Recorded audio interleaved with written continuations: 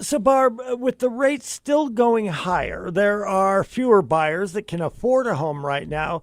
How do you sell a home when there are fewer buyers to choose from? Well, Richard, you're right about the rates. When I checked this morning, the 30-year fixed mortgage rate for conventional was up over 6.71%.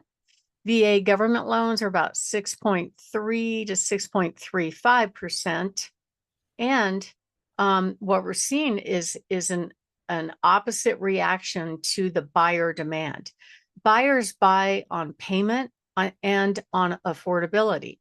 So if they can, a lot of people would love to buy a home. It's just that they can't afford it right now is the problem because the rates are so high, their payment is higher than they can stand. So I did a little research to find out what is going on across the board, just used El Paso County as a benchmark, but I'm seeing very similar activity all along the Front Range, where basically the median asking price since just April, that's just a few months ago, has dropped about $20,000. That's a good 4%.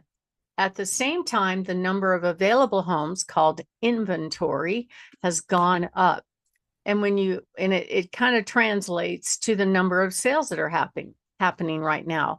We saw pretty good number of sales start off in the spring, but when the rates started going up, the number of sales started trending down. Even in Douglas County, if you compare the median asking price to the asking price right now, the drop is about $40,000. Pueblo, the prices are super flat. And so what are people doing to sell homes? Well, either they are pricing it very realistically, or what we're seeing the builders do, which has been really successful for them, is they're offering massive incentives. So imagine this, Richard. You have a home, it's worth 500,000, but you just have to build into your budget that you're going to give the buyer about 5% in concessions, including closing cost, interest rate buy downs, stuff, landscaping, window covering, and fries with that too. What do you think about having to build that into your budget right now? That would be stunning to me because I don't think people are used to that. No, it's usually shocking. Just this morning, I presented an offer to a seller in about that price range. Buyer asked for 25,000 and seller paid closing cost. And their buyer agent wanted a big fat commission for the privilege of that. And the problem is, why does it have to come out of the seller pocket? So I get that question all the time. Why should I pay the buyer agent fee? Why should I pay their closing cost? Well, because it's the market and you don't have any other choices.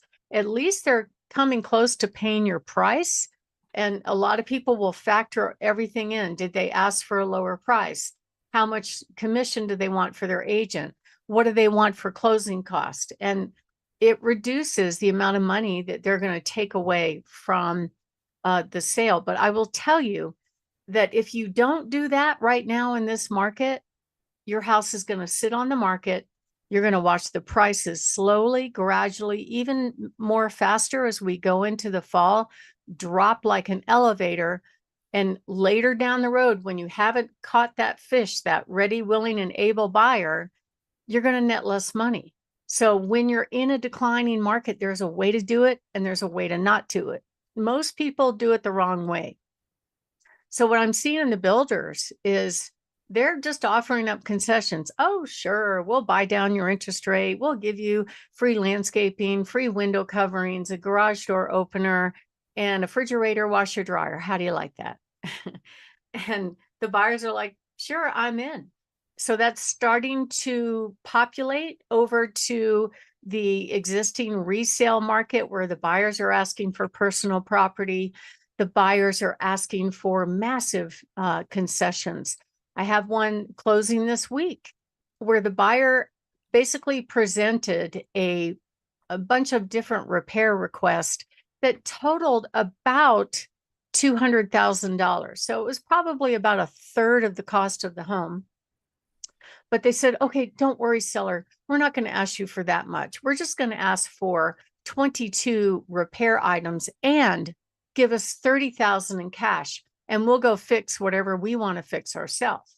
Well, the problem with that is that the lenders will shut that down big time, because anytime you give the buyer cash, they're like, well, wait a minute, are you incentivizing the buyer? How does that really affect the market value of the home? So if it's for a specific reason, that's okay. Like if the seller pays for a repair, and or now what we're seeing is sellers are paying for improvements, or if the seller is paying the buyer's loan closing costs, which prevents the buyer from having to pay their loan closing cost. I just negotiated one today where the buyer said, okay, we'll take the house at that price, but the carpet's trashed. Will you pay $5,000 in our closing cost? And we'll be able to go buy fresh carpet. So that was reasonable. When you start getting over 10, 15, 20, 25,000, not so much. And the buyers are, the sellers in particular, are very resistant to that. So if you run into a deal, by the way, where the seller is offering a VA assumable loan and the deal will work for you, please don't blow it up. I've seen it happen before.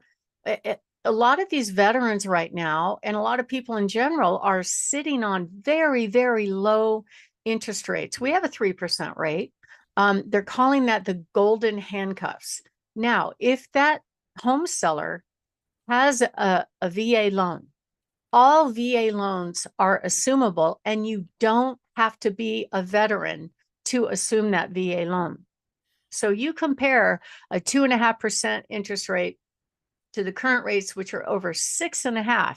If you're able to make up that difference, which might be 80 or 100,000, walk into that VA loan, which already has been paid down by several years, and assume those much lower payments. The actual savings over the life of the loan as compared to the current market rates is about $500,000. It's almost like getting the house for free. So I've seen people blow up deals over Mickey Mouse repairs when they had an assumption deal like that. And I'm like, you're an idiot. I got the buyers. I'm going to go find another buyer for that house, because those are not that tough to sell if it's priced right. And it's very important that you hire the right team that understands the market, understands the marketing, understands the market value, and knows how to deal with that situation.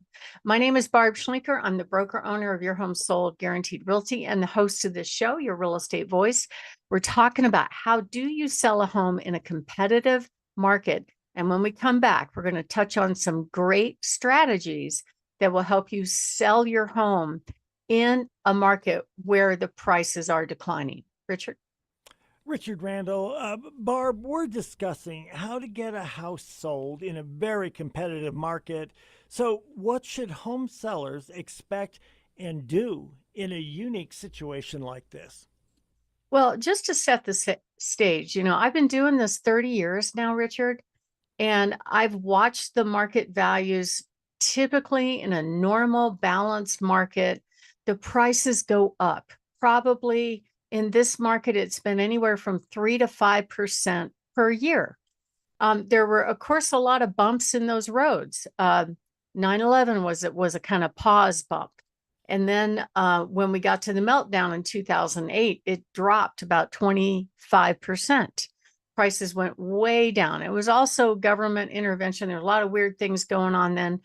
But then afterwards, what the government did is they artificially paid down the interest rates, drove the interest rates down to zero and the mortgage rates down to 2 or 3%. So all of a sudden, buyers can afford homes because the interest rate means that their payment is going to be less than what they would pay for rent. So what happened was the housing prices drove up, not by 3 to 5% per year. It was more like 10, 15, sometimes 18%. And that started from 2017, went all the way through the middle of 2022. So we saw this big 40% increase in market values. And then all of a sudden, overnight, the Fed raised the interest rates from 2.5%, 3% up to 6.5%, and the prices stayed the same. So all of a sudden, the buyers can't afford the higher price with a higher interest rate. and the sales dropped off. And now it's gradually correcting the prices. It's starting to go faster and faster, but the prices are coming down. And we don't see that very often in this market, but I think it's just a moderate correction. And if you have to sell right now, you need to hire the right team that knows how to help you price it right so you get the most money in the least amount of time with the least amount of hassle. So if you are thinking of making a move, that's what we help people do every single week. Give us a call at 719-301-3900 or go to barbhasthebuyers.com. Richard? You're listening to Your Real Estate Voice with Barb Schlinker of Your Home Sold Guaranteed Realty. And remember, you can get in touch with Barb if you're thinking of making a move on the home and selling it at 719-301-3900 or visit barbhasthebuyers.com. We'll take a break. When we come back, we'll be discussing how smart sellers receive multiple offers even in a declining market. Stay tuned for that.